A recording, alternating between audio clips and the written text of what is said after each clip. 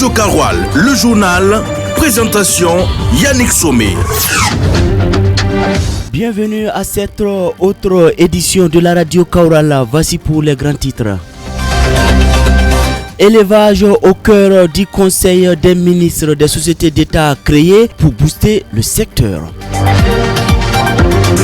Sabah Fatimata récompensé au Afri Business Awards qui récompense les entreprises qui se sont bien illustrées cette année dans l'entrepreneuriat. On développe ces actualités tout à l'heure. Bonsoir à tous et merci de nous suivre à chaque instant. Le Conseil des ministres tenu ce mercredi 20 novembre dans le palais de Koulouba à Ouagadougou a pris d'importantes décisions.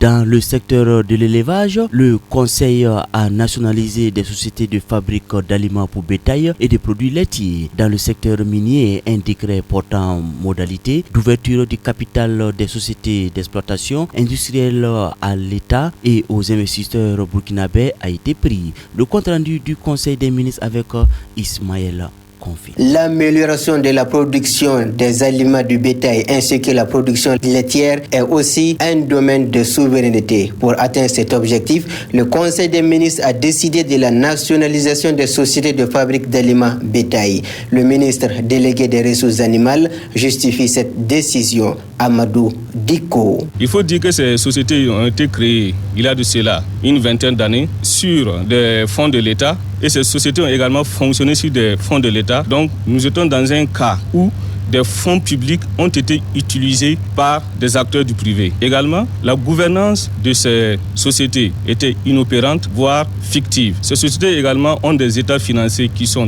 critiques et actuellement sont au bord de la faillite. Il se trouve également que les équipements mis en place ont fonctionné à hauteur de 20%. Pour toutes ces raisons, le Conseil a jugé nécessaire de nationaliser ces sociétés. Après la nationalisation des sociétés de fabrique d'aliments bétail, le Conseil décide de la création de la société Faso Goulougo et de Faso Kossam. Amadou Diko, ministre délégué des ressources animales. Dans l'immédiat, le Conseil a créé deux sociétés d'État. La société de fabrique d'aliments pour animaux d'élevage, en langue nationale, Moré Faso Goulougo. Cette société produira des aliments de qualité pour l'ensemble des animaux, de bétail, la volaille et des modules supplémentaires seront installés pour avoir des aliments pour poissons. À côté, nous avons également créé la société Faso Kossam qui doit à terme réduire notre dépendance vis-à-vis de l'importation des produits laitiers et qui nous permettra de transformer le lait et les produits laitiers sur toutes les formes. Dans le secteur des mines, selon le ministre en charge des mines, 3 décrets ont été adoptés dont le plus en vue est celui portant modalité d'ouverture du capital des sociétés d'exploitation industrielle à l'État et aux investisseurs burkinabés, conditions et modalités de la participation de l'État dans le capital des sociétés d'exploitation semi-mécanisées. Serge Gouba. Le second décret porte sur les modalités d'ouverture, de constitution sociale des sociétés minières et porte également sur celle des sociétés semi-mécanisées. Ces dispositions ont été prévues notamment au niveau des articles 10 et 81 du nouveau code minier qui prévoit l'ouverture du capital des sociétés en constitution mais également en cours de vie.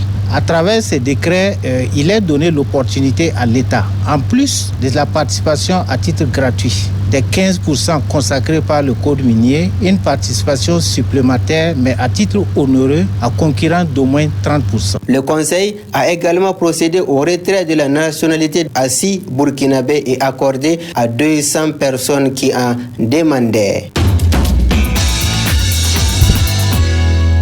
De retour à Dori, ce jeudi 21 novembre 2024, l'Union fraternelle des croyants UFC de Dori a procédé à la remise des kits d'installation à 46 jeunes filles et femmes pour des activités génératrices de revenus AGR. Après 9 mois de formation, elles ont été formées en coupe-couture, saponification et coiffure. La synthèse de la cérémonie avec Aruna Maïga. Plus de 40 personnes ont été formées par l'Union fraternelle des croyants UFC Dori dans plusieurs leur domaine d'activité. Ce sont des filles et femmes issues de la population haute et des personnes déplacées internes. Cette formation se tient dans le cadre du projet Promotion de l'accès des filles à un système éducatif et de formation professionnelle de qualité, en abrégé Promesse FP, selon le coordonnateur de l'UFC Dori, Paul Ramdé. Cette remise de matériel aux filles, aux femmes, entre dans le cadre de la mise en œuvre du projet Promesse FP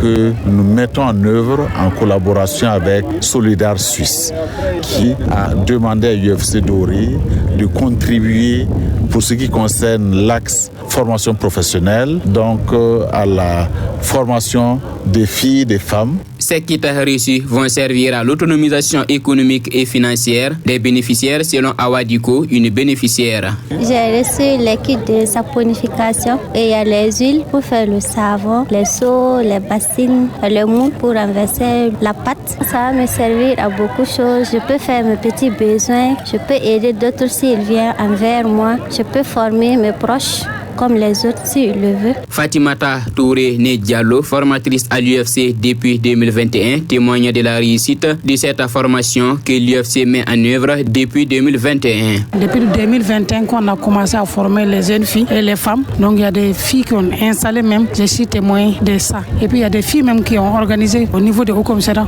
sur cette coopérative et travaillent là-bas. Donc nous souhaitons en 2025 que le projet n'a qu'à continuer. En parallèle de ces activités génératrices de revenus, les filles et femmes qui ont pris part à cette formation ont aussi bénéficié d'une formation en technique de vente en ligne. Cette remise des kits met fin au projet Promesse FP qui intervient au Sahel depuis 2021 avec plus de 700 filles et femmes dotées de kits d'installation. Et j'annonçais dans les titres Afri Business Awards, la 7e édition s'est tenue ce mercredi soir à Ouagadougou et a distingué Mariam Guetin, promotrice de Kelly Park, meilleur espace pour enfants, un espace situé dans la commune de Saba. Le Sahel aussi a été récompensé par 2 prix, tous remportés par la directrice générale de Safas Entreprise, Fatimata Badolone Saba.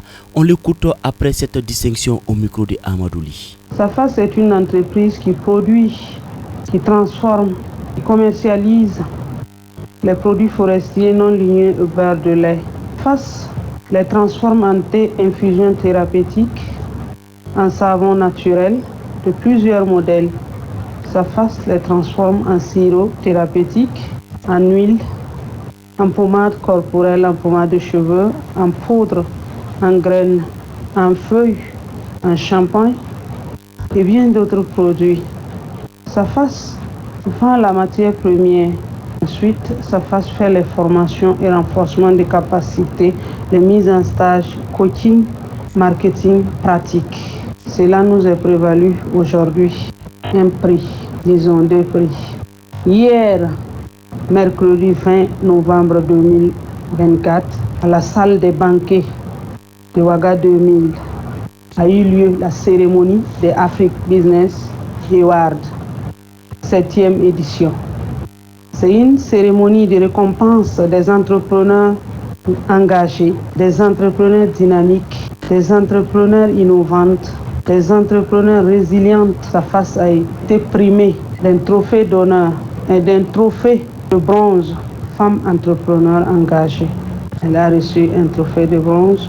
Safas a reçu également des mains de la structure AFP-PME, notamment un prix spécial, un prêt d'honneur de 3 millions de francs CFA, sans un prêt d'honneur sans intérêt, sans garantie, de par son innovation, sa résilience, sa détermination, son respect de l'environnement et au vu de son marketing qui vise Safas.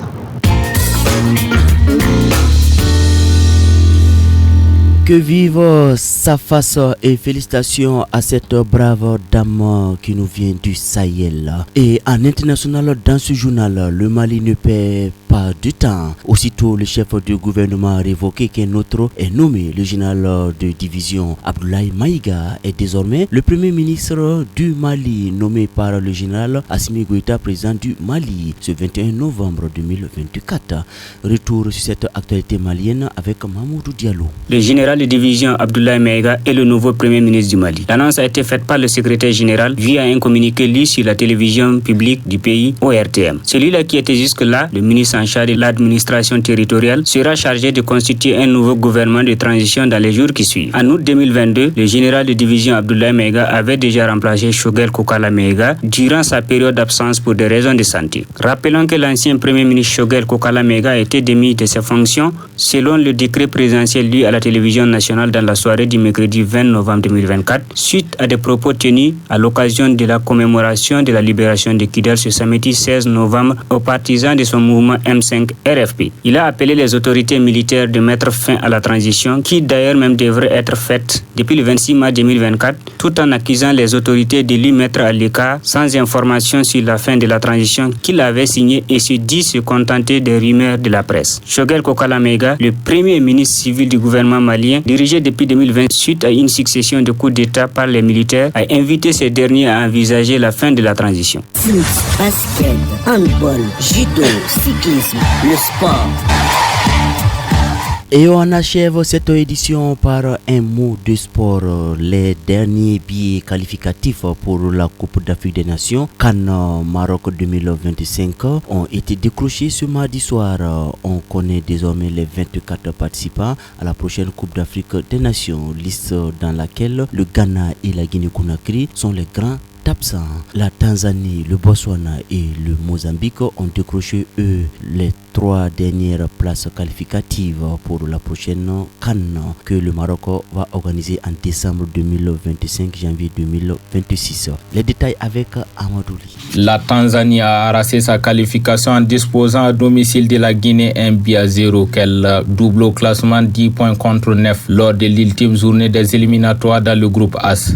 Elle rejoint la République démocratique du Congo qui avait déjà assuré sa présence au Maroc lors de l'avant-dernière journée. La grande déception de ce groupe est la disqualification du Sili national qui continue de sombrer après déjà le limogeage de son coach Diawara juste après la CAN de la Côte d'Ivoire. Dans le groupe C où l'Égypte, septuple lauréat du tournoi, a déjà décroché son billet, le Botswana s'est qualifié en tenant en échec les Pharaons saisés un but partout. Dans le groupe I, le Mozambique s'est aussi qualifié en s'imposant sur le terrain de la Guinée-Bissau 2-1. Le Mali était déjà qualifié. La grosse surprise de ces éliminatoires est venue de Benghazi au Libye où le Soudan a validé lundi soir son billet après avoir accroché l'Angola déjà qualifié 0-0 et signé son retour à la CAN au détriment du Ghana. Battu à domicile par le modeste Niger 2-1, les Black Stars, quadruple champions d'Afrique, manqueront le tournoi avec des nations comme le Cap-Vert, la Mauritanie et les deux Guinée-Bissau et Conakry. Par contre, l'Ouganda, après la CAN 2019, signe son retour à la compétition, tout comme le Gabon et les Léopards du Bénin, après avoir changé de surnom, font aussi les retours. En plus de ces nations qualifiées, les cadres du continent en football sont qualifiés. L'Afrique du Sud, l'Algérie, le Burkina Faso, le Cameroun, le Nigeria, la Côte d'Ivoire et bien évidemment le pays organisateur, le Maroc.